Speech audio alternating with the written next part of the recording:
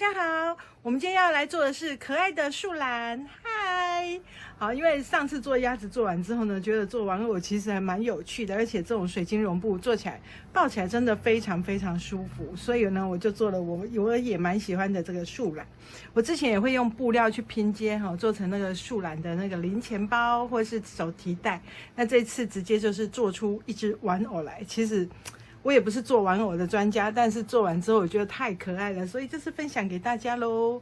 那我就因为真的觉得很可爱，然后我一边也是在修改我的这个版型，因为有时候觉得脚太短啦，有时候觉得他身体好像那个比例不太对，虽然只有微调，但是其实就是会有差，所以我就是做了很多颜色，然后就一边微调，然后不知不觉我就做了一大堆，然后包括那种很奇怪的紫色都出来了，因为我觉得它很梦幻，就是说它是一个让我觉得它是生活在一个梦幻国度的动物，所以呢，我就做了不同的颜色，那还有灰绿色的，我觉得真的是超级可爱的。所以呢，今天还有这个墨绿色，还有深蓝色，反正就是它本来只是想做一只咖啡色，然后后来就是发现怎么越做越多只，然后就是而且这只它的这个就是它是可以让你当抱枕或是当玩偶的这个一个那个版型哈。然后呢，我后面呢做了一个这圆圆的屁屁，就是让你贴在你的身体上的时候呢，你可以摸它的那个屁屁，感觉真的非常非常疗愈。然后头也是这里会有一点点弧度，所以整只你抱着的时候，你就是可以从上面这样子一直往下这样子，哎，乖乖乖睡觉那种感觉。虽然它已经很会睡了，所以就是说，就是我们来做这个可爱的树懒哈。好，首先呢，你们如果那个你们其实这个版型你还是可以自己画啦。然后就是我先把这些小动物们拿到旁边去。我们的版型等我一下哦。我们的版型就是会有这样子，对不对？然后你们拿到版型的时候，记得把它这一片一片的时候是分开剪开来，然后剪开成一片一片之后呢，你就会得到像这样子的东西，哦，它的那个额头上方的那个弧度，哎，我刚为了要拍树懒，所以我镜头放的比较远，我现在调一下哦，就是把镜头呢稍微调整一下，因为我们在教你们车缝的时候是不需要拍到那么远的。哎呀，会有一点会咬哎，有点歪，瞧一下好了，希望你们不会觉得不舒服。好。这是头顶的部分，然后这是脸的部分。脸的地方呢，你眼睛那个黑黑的地方，你要把它挖空，好。然后呢，还有这个它的那个黑眼圈的地方，还有身体，好，就是要一片一片把它剪开来。然后呢，我们把它分开呢，加上缝缝之后，然后再把它拼接起来，好，还有手跟脚，好，这个不是尾巴哦，这个是鼻子哈。然后呢，这是它的手收，弯弯的是手收。那手呢，我们这只树懒呢，我们是做这个弯的手。那你也可以把它做成直的，就是上面切成直的，这个地方切成直的，它就会往外开。往外开的话，你就可以把它用那个按扣哈，把它手粘在一起，这个也是可以的。只是你直的，它的距离会更长。那我觉得这个你可以自己变化，因为这个没有很难。然后呢，还有它的后片长得有点像头刀嘞。像花生一样，那后片你要注意的是它有后中心哈。那我的版型上面呢会标示哪里是后中心，我们要测的是后中心的位置。好，那大致上呢用布就是只有这样而已，然后包括2个眼睛，还有一堆棉花。好，我们首先呢要在做的呢就是把它的脸拼出来好了，我们先拼它的脸。好，它脸呢打开的时候是像这样，那我们在剪的时候哈，由上往下是顺毛哈。那你要怎么看顺毛跟逆毛呢？其实很简单啊，像比如说手收，这样子是顺毛，逆毛的话，你看它就会有这个好像一层一层的感觉，有没有？这样一摸，你摸起来就是会逆毛，我不知道怎么讲，因为有些时候你真的摸了就知道，好，就是一摸了它就是摸起来就是顺的这样子，好。然后呢，我们就是顺逆毛的时候要注意看一下，然后眼头也是哈，由上往下摸是这个顺毛，由下是逆毛，好，那你会看到现在，因为我们剪的时候旁边会有一些布屑会粘在脸上，你不用担心哦。这个等一下呢，我们做完的时候拍一拍，它就会掉，它不会 K 在中间。所以我觉得这组布还蛮好的，就是说它不会造成你的那个困扰。哦，有时候真的是会粘在中间，你光是去那些棉絮，你就去到很想死掉嘛，还要用胶带粘什么，这个都不用。这个等一下你绷完棉花之后拍一拍，它的这个棉絮都会掉下来。然后眼睛的地方呢，我们要注意一下它的方向哈，由上往下是顺毛哈，就是你要注意去看一下。好，那我们在剪这个，我们要做这个东西之前呢，先再把它对折过来。为什么呢？因为我们要剪牙口。好，两边一起剪牙口比较省时间。这个有弧度的地方全部都要剪牙口。好，那因为它的弧度还蛮弯的，所以我们牙口不要剪得太开。好，大概0.5、0.8，我们就一个牙口，这样等一下你要车会比较好车。好，我们就两边一起剪，把牙口剪出来之后，我们就可以开始来车眼睛。那现在这个是你如果不知道怎么对，你可以把它打开。好。然后呢，这边就是这个，这边就是这个，你就是要对好，不要车错边。好，那我们就从这个开始车咯。好，来把它这样子车过来。好，然后就是顺着车一圈就好。全部啊，如果你硬要这支素染，因为它其实做法很简单。全部如果你要说最难的部分呢，就是撑肩嘛，没有啦。青蛙线怎么会跑起来？我一车它就跑起来，气死我了，可恨。这是全部最难的地方，应该啦，其实也不难。最难的真的是穿线的，对我来说，这是最难的呢，就是那个车这个小弧度的地方。好，好，来给它车一下，要记得回针哦，好。然后呢，你就把它放到后面去，因为有剪牙口，我们的这个现在这个缝缝可以打得非常开。好，然后是到这个弧度，我为什么会觉得会说比较不好车，是它一下子要弯很弯。好，那我们就是慢慢弯啊。如果你是怕那个车到手的话，就锥子给它拿出来。好，锥子拿出来，用锥子去推去固定它，这样你就可以慢慢的去车啊，也不要车出小皱褶。好。你用锥子推也比较不会车出小皱褶。那拍脸嘛，结果我这句话怎么那么难念？我一直快要打结。好，就这样慢慢车过来。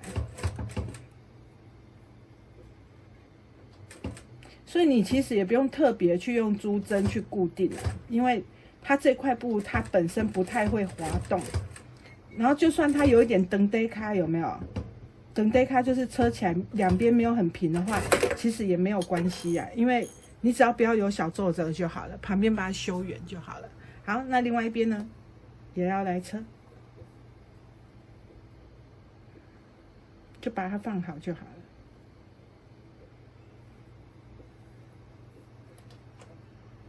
那这种布它本身呢，它会有一点点很小的弹性，很微的弹性这样子，但是完全不会影响到，其实几乎算还好，一点点而已。你不用特别换什么针，你也不用特别换什么线，好，我们就是一般的针车，一般的线就可以把它完成了，好，才比较不会麻烦。有时候如果你车个东西又要换针又要换线，然后又要去买，那就觉得很不方便。那我们就是慢慢的车过来，所以车这个地方呢，你也不要快哈。我们全部比较难的就这个地方而已，那我们就是慢慢的车。相信有在玩拼布的人啊，你应该觉得这是小 case， 因为常常会车一些很小的，然后弧度的什么蛙哥，一大堆。好了，两边眼睛都车完了。你不要鸡婆去给它压线呢。好，这样就好了。好，然后呢，我们就来把它头顶车起来。那头顶这个地方呢，看到没有，又是有弧度，所以呢，我们又要剪牙口。所以我都故意不剪，就是要告诉你们，就是要剪给你们看哈。说，这个地方是要剪的，一样，剪个弧度的牙口，然后呢，这里有一个尖尖的美人尖，有没有？我们用珠针把它先固定起来，也不用固定，就是把这个中央线中间的这一条线，这个车线就是车线，是不是这样？U 就这个尖端跟这里啾的这个尖端，你把它对准一下，好，该插过去，插过去，然后呢，我们先对左边，好，先对这一边，左边这一边，好，所以呢，这样看，好，你也其实也不用别啦，你就是把它插着也可以，好，像这样子，然后我还是别的，然后像这样子转过来，顺着它的弧度转过来，这样，然后我们就把它车起来就好了。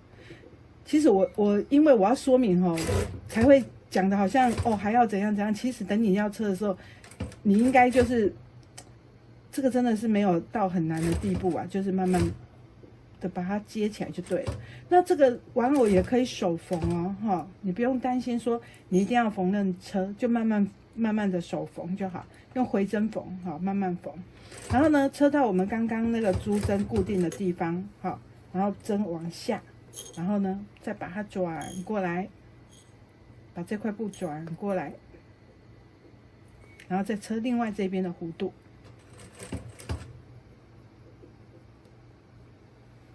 像这样子，好，尽量把它车弧度车漂亮一点，因为它脸呢就是它的重点，好，所以我们不要说一时贪快，然后车到那个上面都变方形了，那就不太好。好，我们接起来就像这样，有点像猴子的这个上方，对不对？然后呢，接下来我们要接它的身体。那我们记得刚刚脸的中央，我们记得我们要打中央线哈，刚刚忘记讲，要把中央线做出来。然后呢，这个的中央线呢，我们也要把它剪出来哈，中央线就直接剪一个牙口就可以。然后呢，你就又看到弧度了，哎呀，该怎么办啊？当然就是又要剪牙口。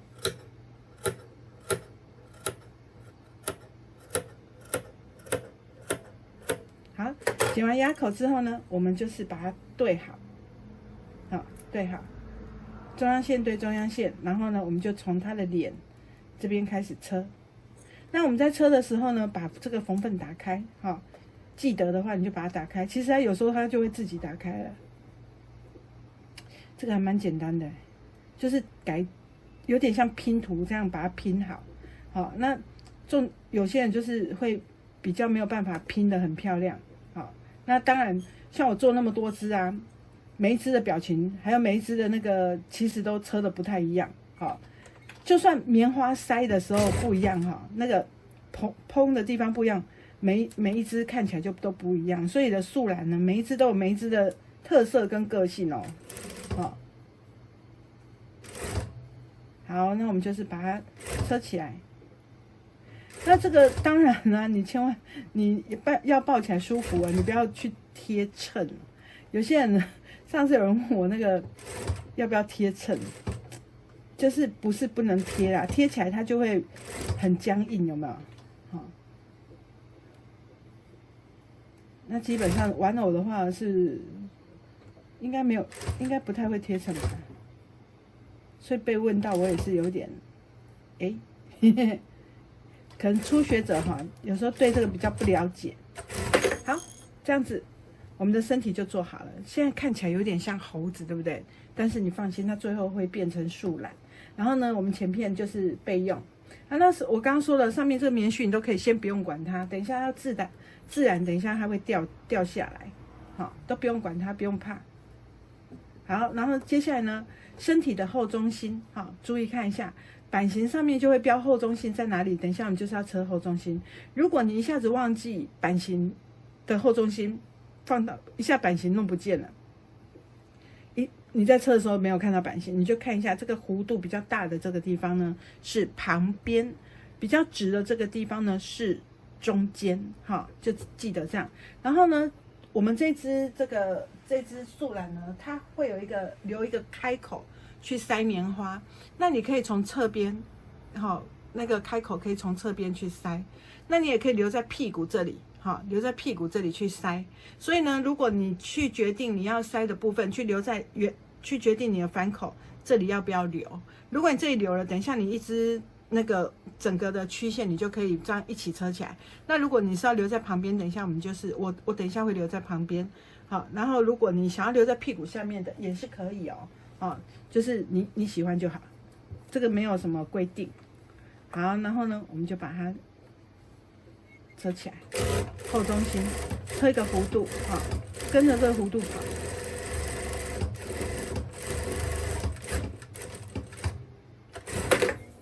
然后呢，车的有点两片剪的不太一样。然后呢，这里不是有一个那个什么弧度吗？我们要剪个牙口，记得的时候先剪，免得你等下塞完棉花才发现那边北北，然后才想到啊忘记剪牙口哈。所以你记得的话就先剪。接下来我们就来这个车这个手跟脚，就把手跟脚呢把它车起来。那这个就是顺着它的旁边一直车。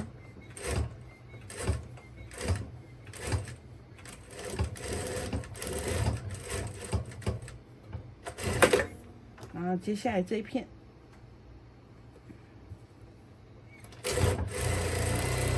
它有2只手2只脚，所以4只都要车哈。那其实我都不太画线的啦，那你们要画线，你们就是跟着线跑。那我的话，大部分都是版型放着之后，就是4周剪的差不多，我就开始车了，我就不太画线的。版型也不一定会剪的一样，布有时候也会剪的不太一样大，很随心所欲的。但是我觉得说像做娃娃这种还好啊。如果你是做那种尺寸需要比较精细的袋子呢，你就要认真一点哈，去量尺寸。那我们就是把它放好，然后开始车。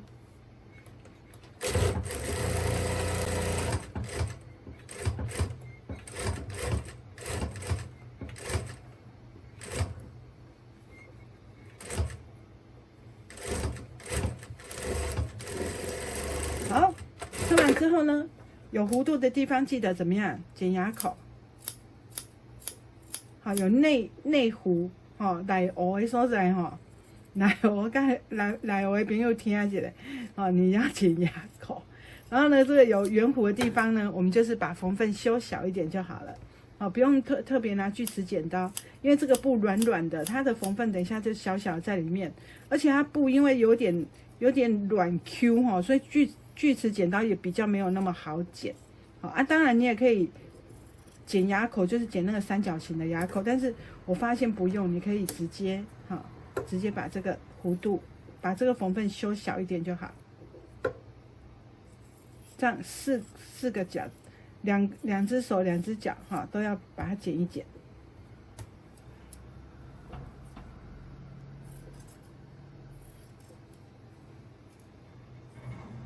然后就把它翻到正面等一下我们就要把它翻到正面来。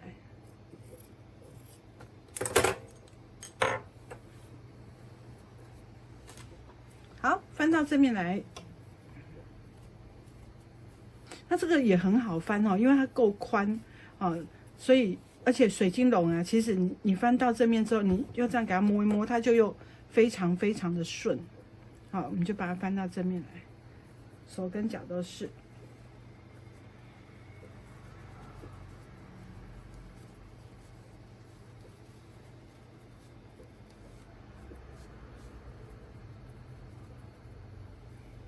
还有手手。其实做这个超疗愈的，你知道吗？晚上你就不要说晚上，平常如果你不太想要想太多事情，你是可以这样子一边做，然后一边听音乐或者是看电视，我觉得都挺好的。好，手跟脚翻完了之后，我们就要来塞棉花。那棉花呢，我们记得我们一样把它记不记得我们那时候塞鸭子的棉花的时候，我请你们把它分成几个段落，手跟脚也是一样。如果你一大坨塞进去呢，因为我们的棉花品质比较好，好它滑滑的，有点那个不是那种品质很差的，我们搅得很松哈。然后搅得很松呢，就是会说有时候它在一起的时候会感觉比较容易滑动，所以呢，我们先拿你不要把它弄成一整坨，我们先拿一撮哈，然后。你不要先帮他，我先再说一次哦，不要先帮他弄成一个圆圆的，你这样进去它会像肿瘤一颗一颗。你只是拿一片棉花，体积比较小的棉花之后，然后你就往内塞，不要先帮它搓成圆圆的哈。往内塞之后呢，它自然它就会顺着这个你的这个形状呢，它会比较。它可能不是一个圆，你看它这两边呢，它就会一样有一点点棉花啊。如果你把它搓成一个圆圆的，你就会变成旁边有一些那个小角落，你都没有塞到棉花。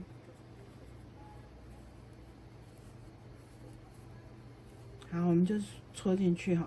那为什么这次没有出动万能小竹块呢？因为它的宽度够宽，所以就算没有竹块呢，它还是可以很OK 的把它塞进去。那手跟脚的棉花的塞法都是一样哈，就是先把它一小面积的那个棉花先塞底部，让它饱满。好，那你也不要塞到很硬啊，你的树懒不需要去打架，对不对？它是要抱起来很舒服，所以只要摸起来 QQ 这样就可以了。哈，就是摸起来这样 QQ， 然后有弹性哈，这样就可以了。哎，不要给它塞得太少哦，让它跟它营养不良哎。就像这样子，整只这样 QQ 就好了。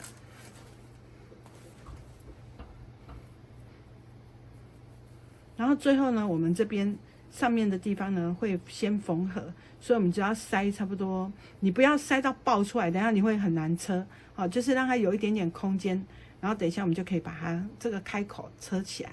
好。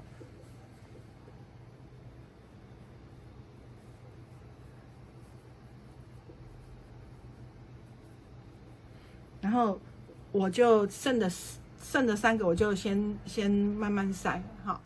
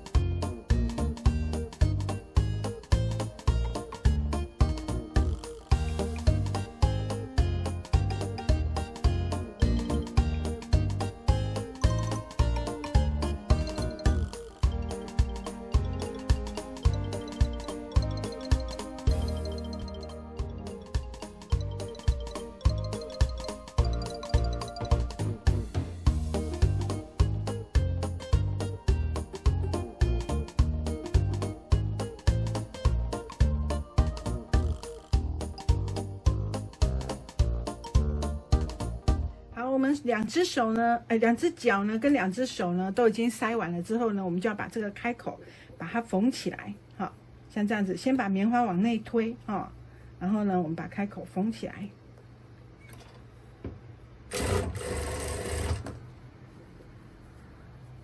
那如果你在推的过程中呢，你觉得说好像棉花好像有点不足，好，那你就是再给它补一些棉花进去。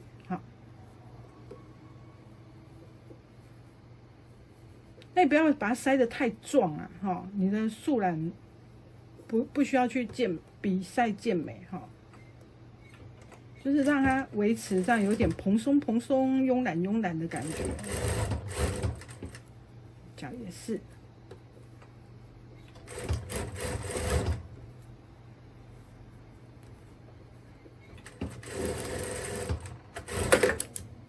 像我都是把它剪成一串，车成一串，然后再把它剪开。好，然后呢，我们就来把它放到我们的这个手跟脚的位置。我忘记做记号，好好笑，太好笑了哦。手跟脚的位置呢，我们版型上也有哈，所以我们一开始呢，就是先把它对折的时候呢，剪布的时候我们就顺便把这个手脚的记号做出来，应该是加啦。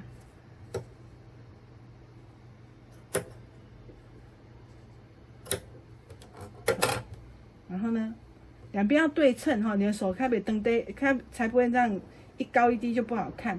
然后呢，就把手缝到这个刚刚的记号的位置。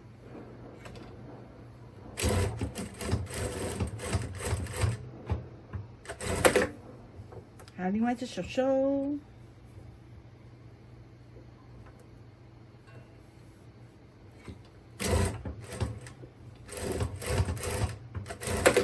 然后两只脚，那你在缝脚的时候呢，把他的手打开哈，这样你的脚比较有地方放。好，要不然你这样子的话，他们手跟脚都胖胖的会 K 到，哦，两个会打架，好，所以我们就是把手跟脚把它放好。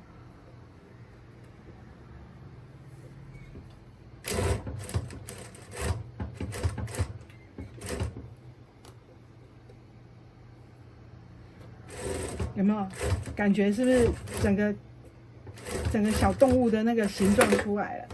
好，然后我们做完之后呢，接下来我们就是要把它跟后片做缝在一起。那后片呢，你要注意看一下上下这个比较短一点的这里有一个弧度，短一点的就是头，下面比较长一点的就是屁股。好，那我们中央线要跟中央线对齐，好，卡称卡北歪一边。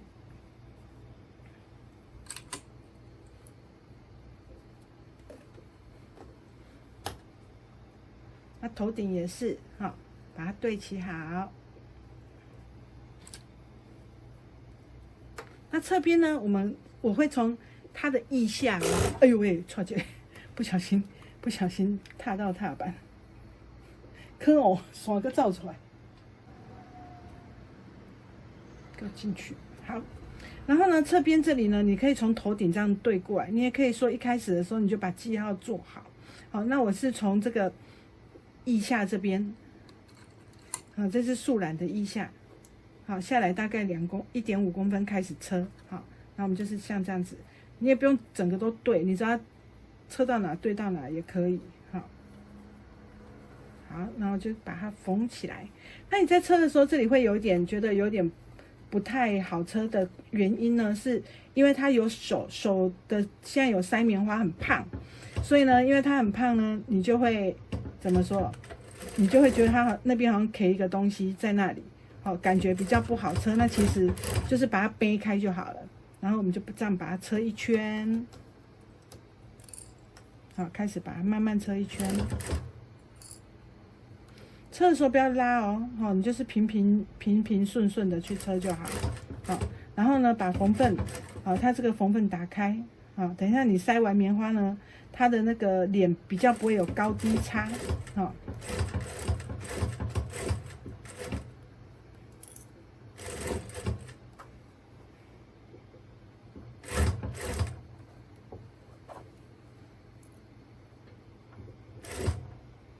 结果是穿线，真的是对我来说是最难的部分，好好笑哎，真的真正，哎，小时候我妈叫我帮她穿线，我都还在那边不要，我真正是没有好。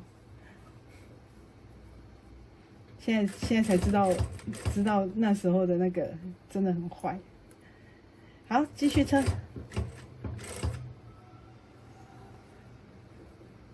所以如果我们在看这个影片有年轻人的话，要好好珍惜那个你很会穿线的时候，老了之后真的毛病都多。好，继续车哦。好，车到有手的地方再注意一下，我们刚刚说什么？一边高一边低我们不用怕，只要把它拉好，车过来就好。那如果你是手缝的话，就是慢慢缝好，好，那你会发现哦，我现在在车这个时候，你有没有发现我把两只脚拿出来？为什么呢？因为如果你两只脚塞在里面的话呢，它里面手跟脚它的厚度会变得更厚，那你的侧边会更难车。好，所以它不难车，就是你把它的手脚分开就好了。好，分开，不要让它们在同一个空间。也就是说呢，现在我们要车到脚了，我应该要怎么做呢？好，我们首先把它里面的这两只手，把它往上举到头顶去，好，举到头的部位去，然后再把我们的脚放进来里面，这样呢就会很好车咯，是不是真简单？当然了，这是我车了2、3只之后发现的。一开始我4只全部挤在一起，那要拍切啊，因为你就会觉得这里肿一包啊，这里又要车，要把它对的弧度刚好，你就会觉得不太好车。那经过车了3、4只的这个经验之后呢，就发现喂，安内真好车，没歹，这样再车个10只也不怕。这样一车一山，没色水晶龙都给它做1只，才真的很想因为真的很可爱树大就是美还是怎样？就觉得他们在一群在那边就很可爱。好，我们车到这里的时候，我们注意一下哈，我们这边侧边呢，你要来决定一下你的反口要到哪个位置。好，你反口要到哪个位置，就是说你塞棉花的容易度啊。有时候你反口留越小，它就越难塞哈，所以也不要留太小。反正我们等一下会用长针缝把它缝起来哈。现在是。看一下拍了几分钟，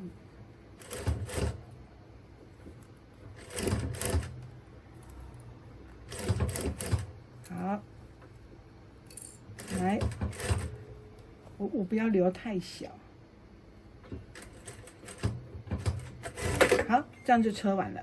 那车完了之后呢，我们就把它翻到正面来。那翻到正面的时候呢，它现在一坨圆圆的，有没有？刚刚不倒翁呢。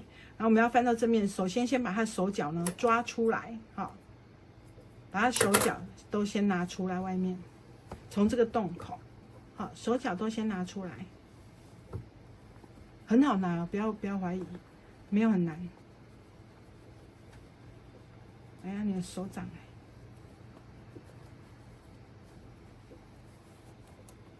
4只手，好，他的手跟脚，2只手2只脚。都把它先拿出来，一拿出来之后呢，它就会很好翻，直接就咕噜咕噜噜，它就跑出来了。跑出来之后，你就会发现，长得不太像树懒的皮跑出来了，有没有看到？好可爱哟，毛茸茸的，哦。然后呢，我们就要开始来塞棉花咯。那塞棉花呢，首先我还是要告诉你们塞棉花的这个要领哈，因为它头比较大。好，那但是它的旁边还是圆的，对不对？好，所以呢，我们是一坨中的，然后就先塞这个角，再一坨中的，再塞右边那个角，再一坨中的呢，塞到上面去，把这2边呢顶到2边去，它的头呢才会饱满，才不会左右2边那个前额叶塌陷那种感觉。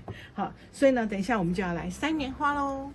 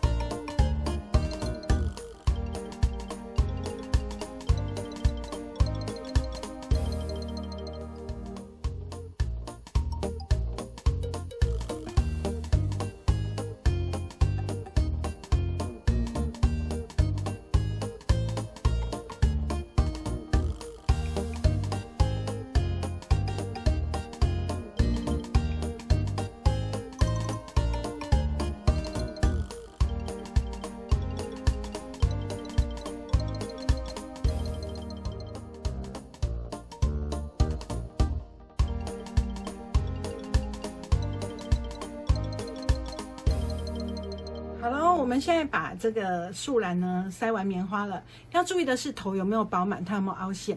好，这个脚架有没有凹陷？然后要注意的是它的头顶，好，头的这个后脑勺有没有这样扁扁的，这个弧度有没有凹进去？然后最主要是看这个小屁屁够不够浑圆，我还怕感觉啵啵啵那种感觉。好，如果我们都检查完觉得 OK 了呢，我们就可以来缝这个，把这个缺口呢反口把它缝起来。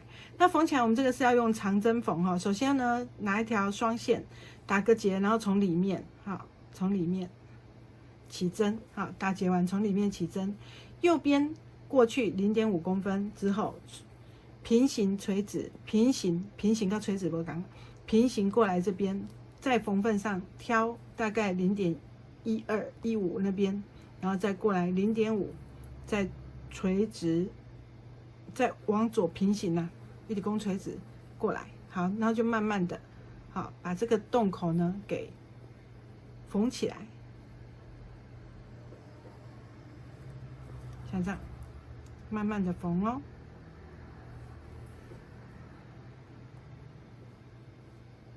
这长针缝哈，不要什么左边0.5，右边0.5这样子，你那样子的话，你的线哈不牢靠，而且很容易很容易揪起来。还有叫做啥？很容易不平整。所以我们要这样子，右边先0.5。往上，然后再左水平过来，挑个0.15，再往右。如果一般的布你是挑0.1哈，那这个布比较厚哈，所以我们就挑0.15。好，我们缝到这个洞的时候，你会发现这个洞好像有点空虚。好，我们就再补一点棉花，把它这个地方不要说因为最后的缺口反口呢，这里然后它就看起来这样空空的。补一点棉花呢，你可以先往内塞，等一下我们把它全部缝完之后，再把它拍一拍，它会弹回来。好，那这种玩偶呢，其实它的棉花能不能洗啊？应该是说它最好是用晒的，会比用洗的还要好。好，因为晒的话呢，一样可以把它去太阳下晒一晒，然后把它打一打哈，拍一拍，它就会恢复它原来的弹性。好，我们就这样把反口慢慢的把它缝起来。所以呢，你刚刚如果反口留越大，你现在就要缝越久哈，这很正常吧？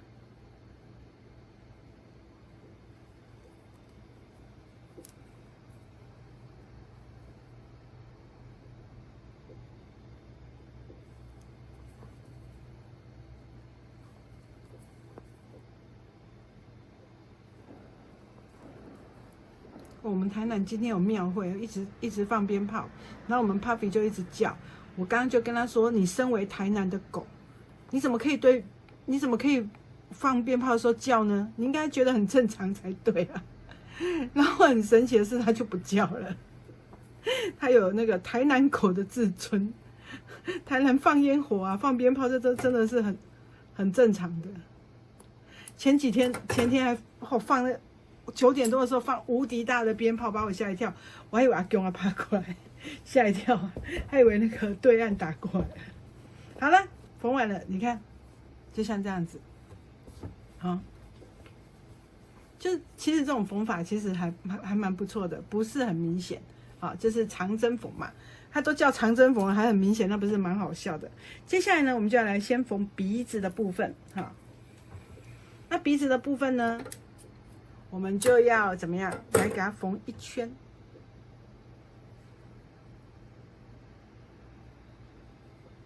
鼻子我们是一颗圆圆的哈，一个圆圆的那个布料，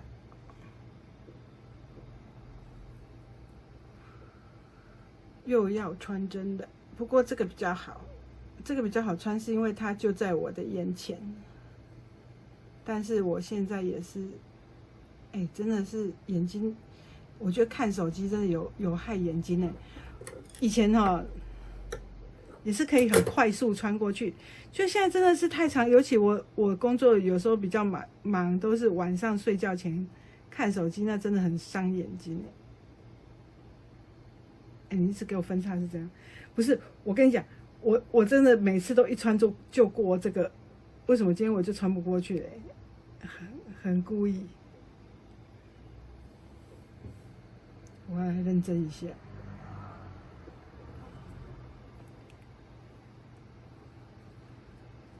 好好笑，整个影片后来都是在等我穿针呢，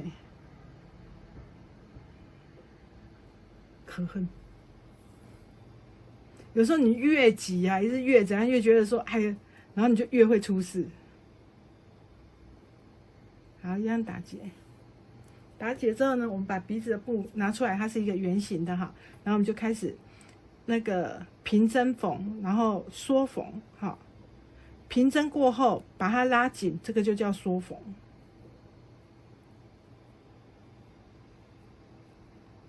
啊，你可以一次插一大堆，然后再一起拉。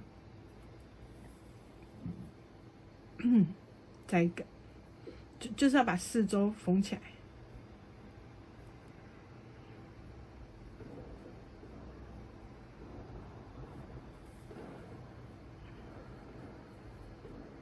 啊，这样子。慢慢的把它，你也可以用针车一圈啊，但是我觉得也没有比较快到哪里去。而且针车的话，它是单线哈，单线的话你会比较容易在拉的时候拉到断掉。所以像我这样子缝这一圈呢，我也是用双线。好，接下来呢，我们这个鼻子呢就要塞一点点棉花啦。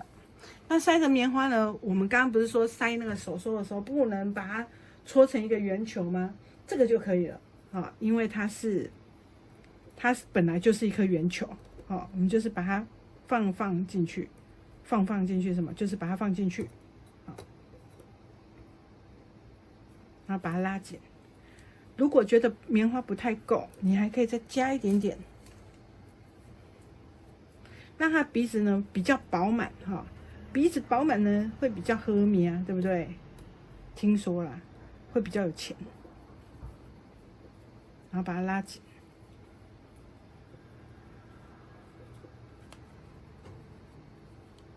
拉紧之后呢，你就像这样手给它搓成一个像小汤圆这样，然后就把它赶快缝个米字腱哈，拉紧，缝个米字腱让它更紧。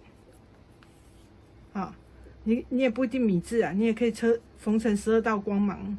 总而言之呢，就是让这个鼻子不要开开的就对了。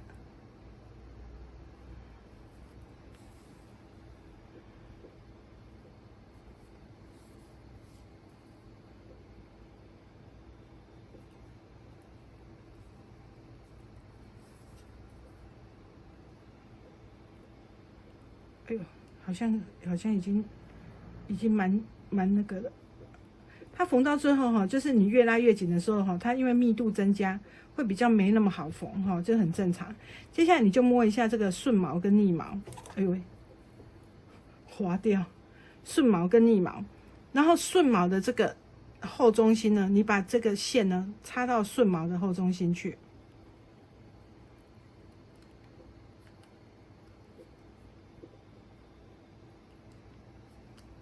像这样，这里是顺毛，它的后面的中央线，你把线插来这里之后呢，我们就可以从鼻子的这个中央点，鼻子这个中央点开始缝。那你就会看你要缝高一点呢，还是低一点因为你只要缝的位置不一样呢，这只树懒的那个表情呢就不太一样。好，那我觉得这种东西就很个人了，你们不一定。我线什么时候掉的？气嘎，就是说这种东西它是很个人的，就是说看你想要缝在哪一个位置，它是没有一个绝对好。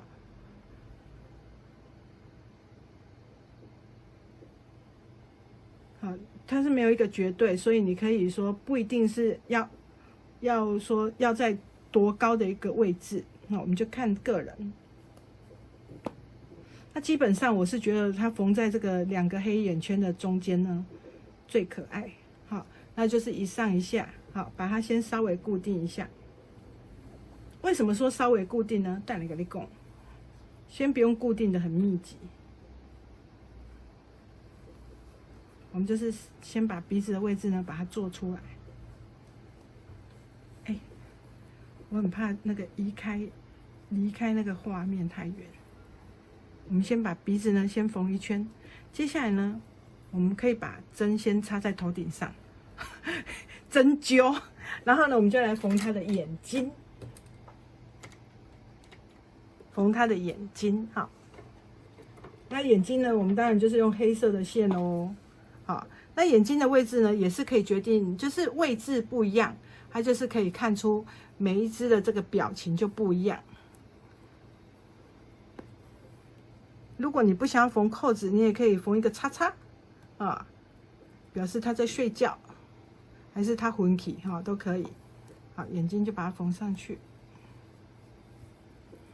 那为什么我要先缝鼻子再缝眼睛呢？因为我觉得那个，人家不是都说画龙点睛嘛，你就是有鼻子之后呢，你会比较清楚的知道你的眼睛呢位置要在哪里。好，哇，今天烟火很认真放哎，你们这样有听到烟火的声音吗？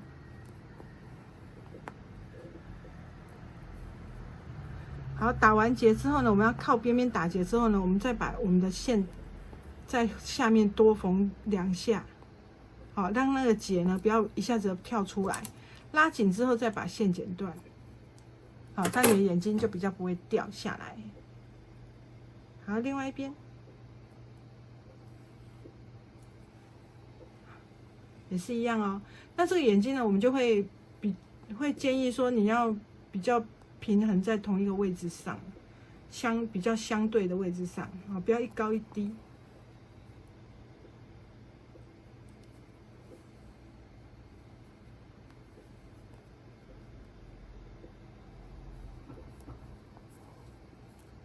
先看一下，看有没有一高一低，没有一高一低，我们才要继续缝哈，不然一高一低就不好看。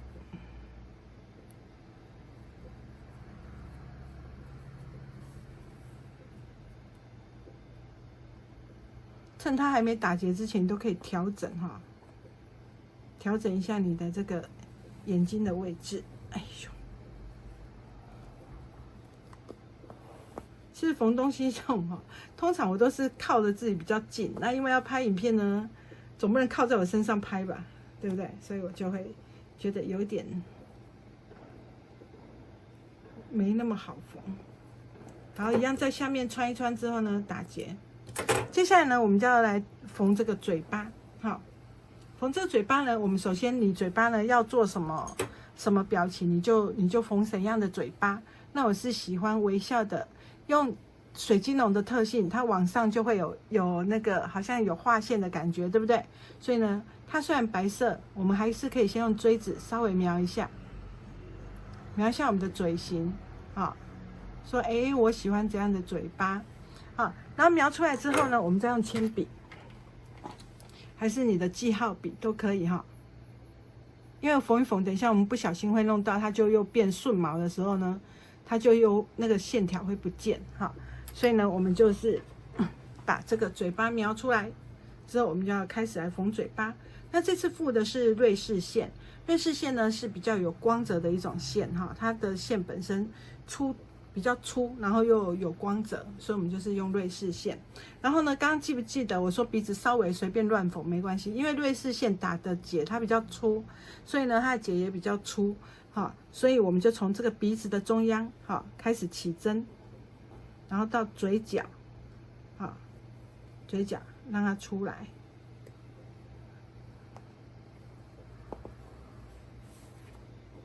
然后呢就开始回针缝。回针缝嘴巴，哈，来回针缝，做好哦，我帮你缝嘴巴哦。你看他好乖哦，哎呦喂，我学习插对个的手，好，然后就开始缝他的嘴巴。刚刚你记不记得我说那个棉絮啊，它会慢慢不见？你看我塞个棉花，上面的那些无为不为都不见了，对不对？所以那个这种布料哈，有时候就是好，就是说。它不会粘棉絮啊，不会掉的顶面，不然真的会轻到很厌世。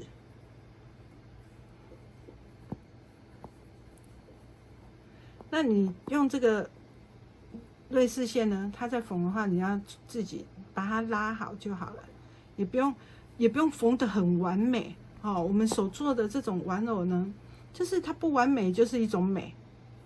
啊，你不用把它缝得很刻意。啊，每一针我都要一样大来讲，其实我自己呀是觉得还蛮没必要的。那当然有些人他会比较执着，那你就认真缝。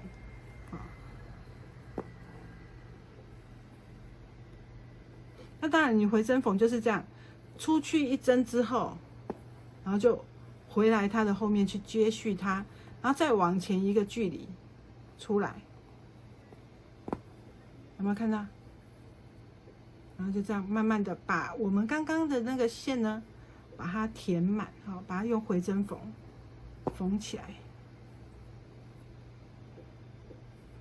那你嘴巴你可以做你自己喜欢的嘴型哦，哈。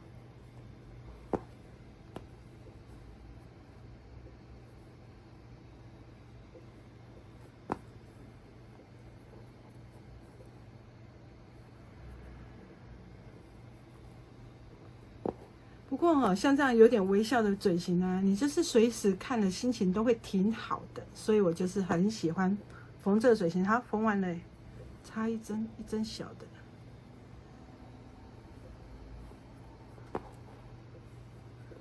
好，那这一针呢，最后呢，我们就要插回去鼻子的里面哈，刚刚那里，我们要回去刚刚那里，把这个线头呢给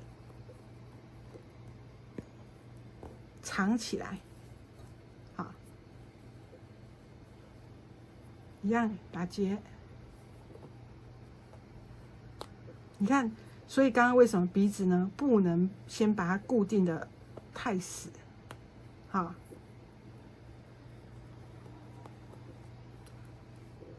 打结打起来，再把它往旁边一拉，线剪断。那我们刚刚的这个针呢，还在，把它拉紧。好，我们就可以把这个线头藏在里面了，然后继续再把鼻子呢加强一下缝好。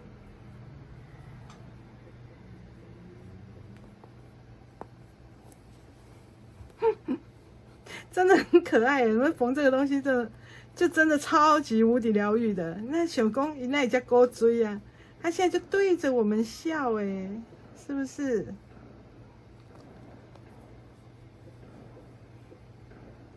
那鼻子呢，你也可以试图把它缝成椭圆形的哈，就是你把它这个下面的这个接触点呢，把它弄成椭圆形的也是可以哦，这样也是很可爱哦。就是你让这颗球哈做成圆形的，但是你在缝的时候，你把它压扁哈，压扁，然后把左右两边呢缝的比较宽一点哈，那个比较贴一点，那它就会变比较椭圆一些哈。帮它捏一捏也是可以的。好，缝固定了之后，我们就来打结。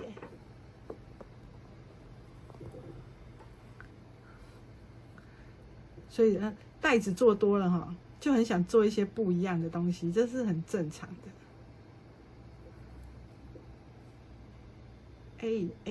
打结，你给我结，给我打开。我线用太短了，才会造成这种窘状哦，很怕那个线又跑出去。要不然是可以这样直接贴在这，然后去打结。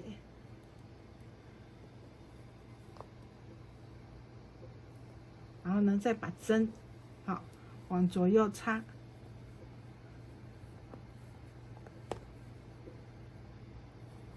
好了，缝完了，完成啦！好了，我们的可爱的刺猬呢，就这样子完成了，有没有？它可以陪着你睡觉，陪着你写功课，陪着你工作，对不对？然后可以让你当抱枕，躺着睡，对不对？然后小小的屁屁呢，摸它小小的屁屁呢，真的是可以抚慰我们的心灵。来，我们把镜头拉远好了，来，哎呦，我的手机，小。好，你看有没有超级无敌可爱？你在工作的时候还可以在旁边，嗨，你在干嘛呢？有没有？所以呢，我们可以做出不同颜色的这个，虽然紫色看起来有点那个很梦幻，其实我们同事很喜欢紫色，因为她是一个很喜欢紫色的小女生。然后你看，每一个颜色呢，几乎真的像这种粉彩色系的，你摆在一起就很可爱啊。小朋友不是也很适合这种粉色系的感觉吗？但深色我觉得也很漂亮，因为它很有特色，就是它色彩比较明显一点，对不对？然后还有绿色。就是可以做不同的颜色啊，所以呢，我觉得说，当你做玩偶的时候呢，你的心情呢是感觉是很愉悦的，就是因为它就是看起来很可爱，然后呢就是很疗愈，让我们的那个工作呢，每天忙碌的生活呢，可以多一点点这种童趣、这种趣味性，所以呢。就是喜欢这个做玩偶，然后你喜欢素人的朋友，你可以试着做做看哦。好啦，一起带我回家吧。